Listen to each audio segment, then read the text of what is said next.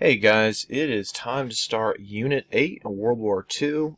This happens to be probably my favorite topic of the whole year. If not my favorite, maybe my second favorite after the Cold War. It is just a really fascinating topic, one that shaped so many lives, changed the course of history. It's just a really interesting time. And today what we're going to do is we're not going to get into a lot of battles or anything like that today. All we're going to do is set the stage for the war. Kind of like we did with World War I. We had a day where we just looked at, okay, why did the war happen? How did it unfold? And that sort of thing. We didn't get into any battles. That'll be in our next lesson. So our lesson today is titled Appeasement, Aggression, and War. And if you're not sure what appeasement means, you're going to find out today. In fact, that's one of the key lessons of today's lesson is what appeasement is. So let's jump into this and see what's going to go on. Again, we're going to describe the causes and effects of appeasement, and let's get into it. So our first big main idea here is that the strategy of appeasement failed to prevent war and only encouraged further aggression. Well, let's go back into the review for a second here and think, okay, what country had Japan aggressively attacked in the 1930s, specifically 1937? And it was the Second Sino-Japanese War, and the Sino was a reference to China, if you recall.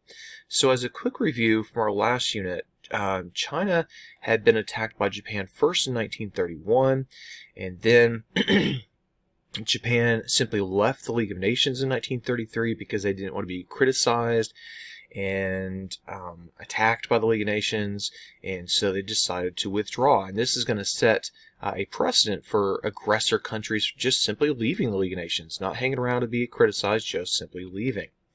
And then in 1937, they launched the full-fledged Second Sino-Japanese War, in which they committed horrible atrocities. The rape of Nanking comes to mind. And once again, the League of Nations says, hey, stop doing that. But they didn't take any action. And the League of Nations not taking action is going to be, again, one of the key themes we're going to focus on in this lesson. All right, so to go way back, last semester we were studying imperialism, and we learned that Italy had tried to invade a particular African country, a country that had modernized itself and was able to defend itself. So when Italy attacked, Italy failed. And again, this was late 1800s.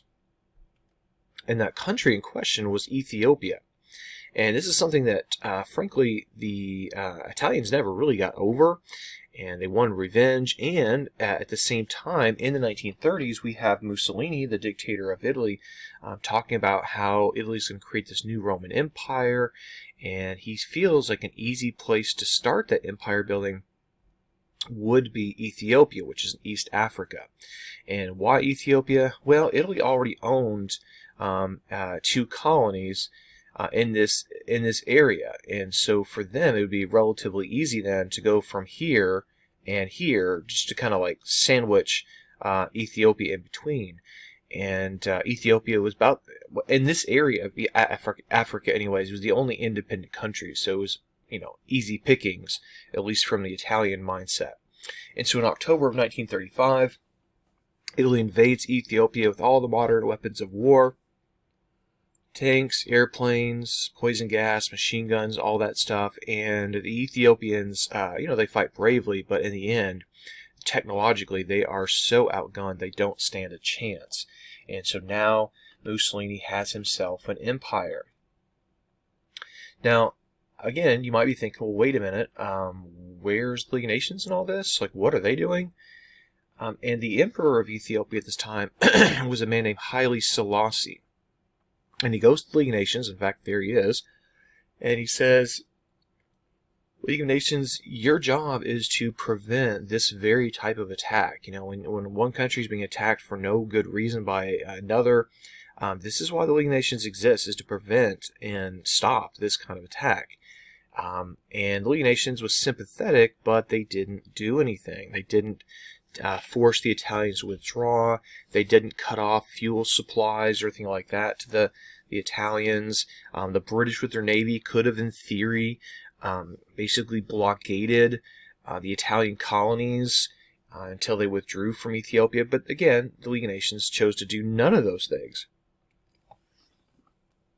That brings us to Nazi Germany. And as we learned in 1933, Hitler became the Chancellor of Germany, and shortly thereafter assumed dictatorial powers, the unquestioned leader, right? Der Führer, the leader of Nazi Germany.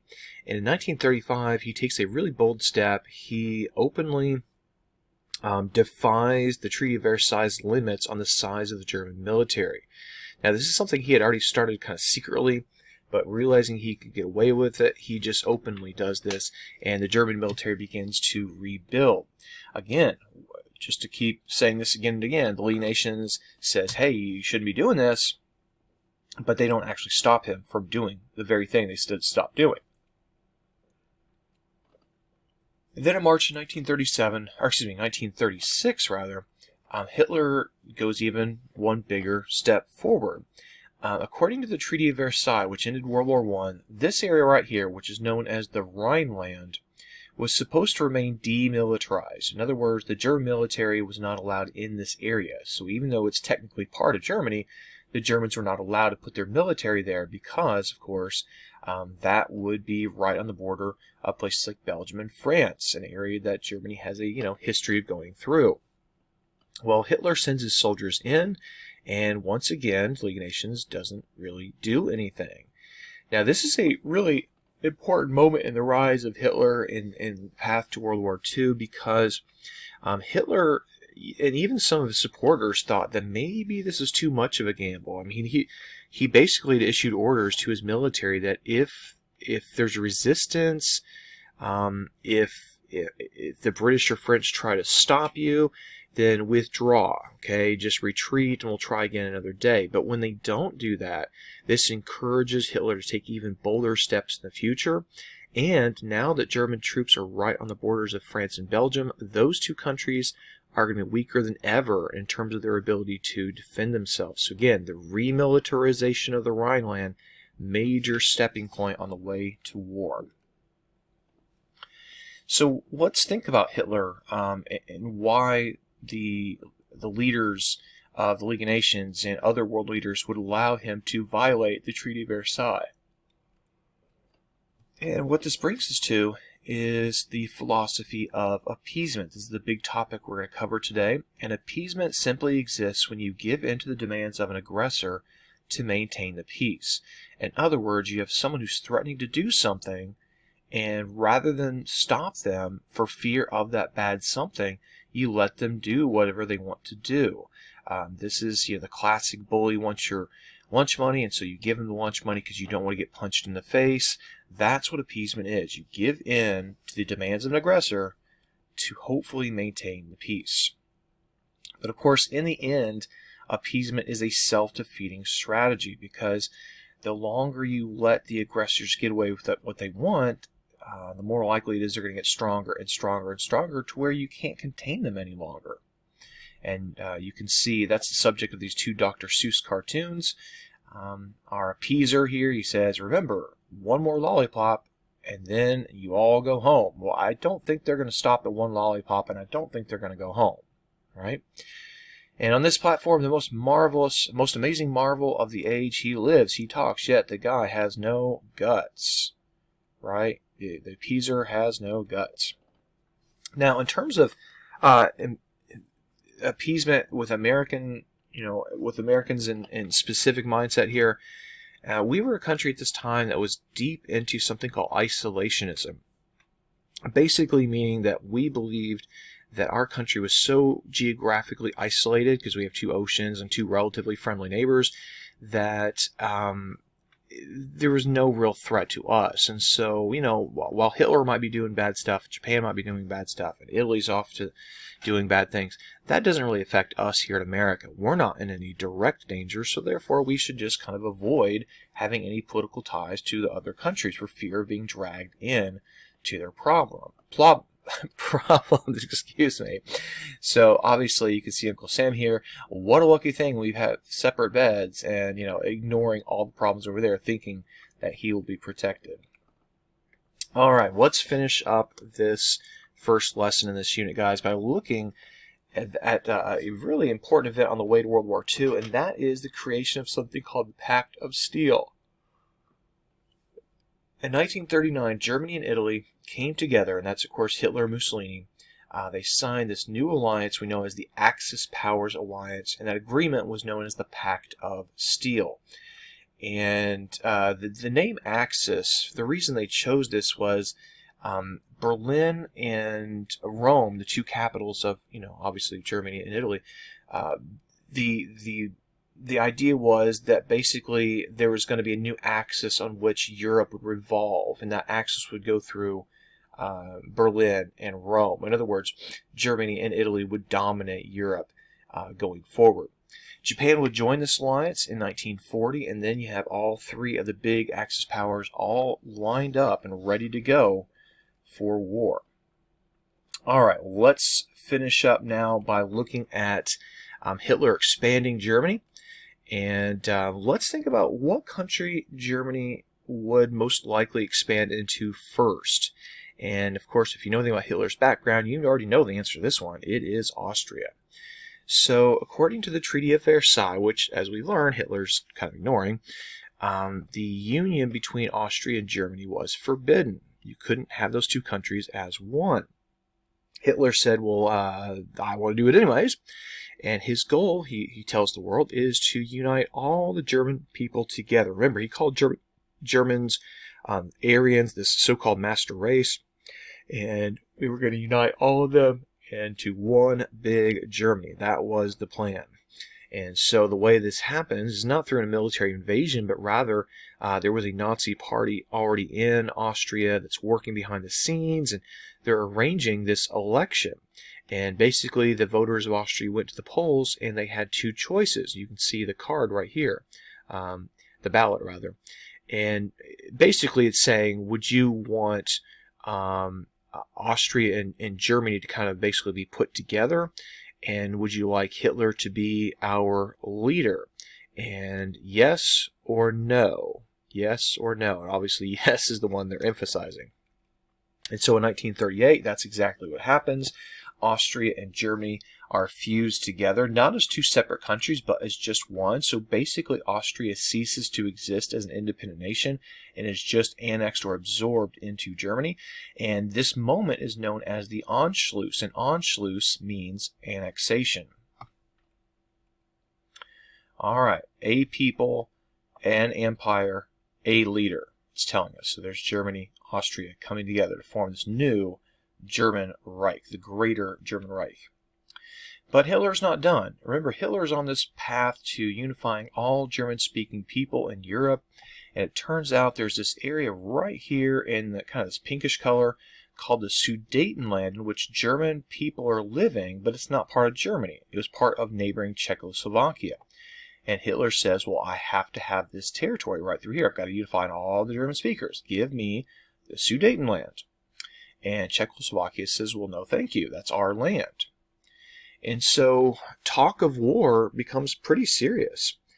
And in September of 1938, to try to prevent a war, the big leaders of Europe come together in the city of Munich, which is in Germany.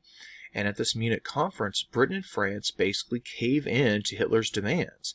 And Hitler got the Sudetenland from Czechoslovakia. Now notice Czechoslovakia really didn't have much of a choice here. They were basically being sold out by Britain and France to prevent this war.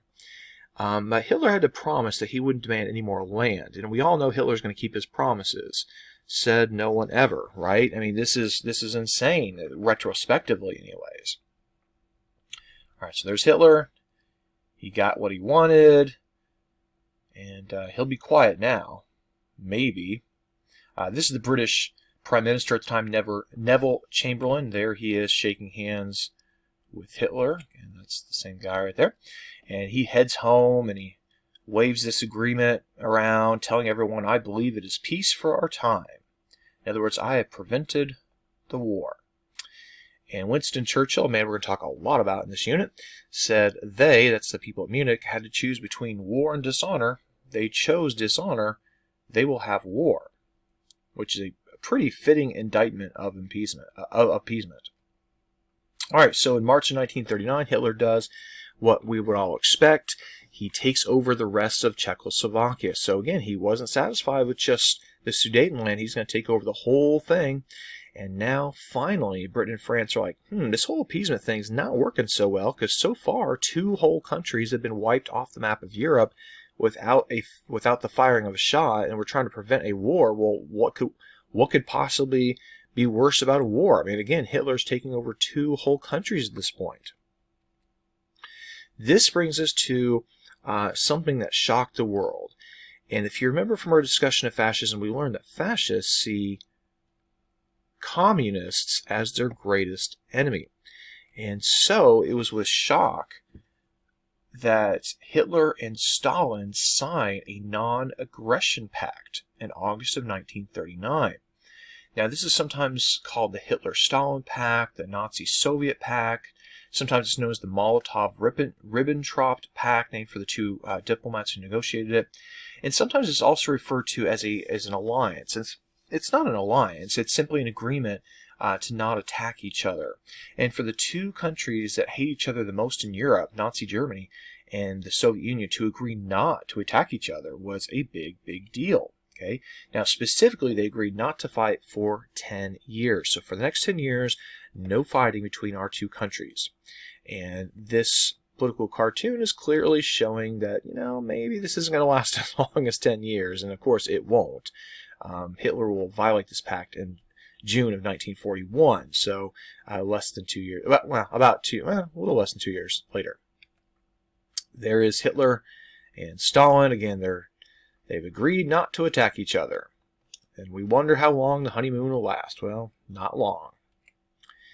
Now, if you look at the map, there's Nazi Germany, there's the Soviet Union. I think we can realize which country in particular is really nervous about that, and that is Poland, because it's right between the 2, and they had good reason to be nervous, because in this Nazi-Soviet pact, this German-Soviet pact, secretly, they had agreed to divide up Poland. So Nazi Germany would take Western Poland, and the Soviet Union would take Eastern Poland, and basically Poland would be wiped off the map. And Germany's invasion of Poland in September of 1939 is what's going to set this war off, as we're going to find out in our next video. So, as a quick review, we covered what appeasement was. We looked at some examples of aggression. We did not talk about the Spanish Civil War. We skipped over that, and that's okay.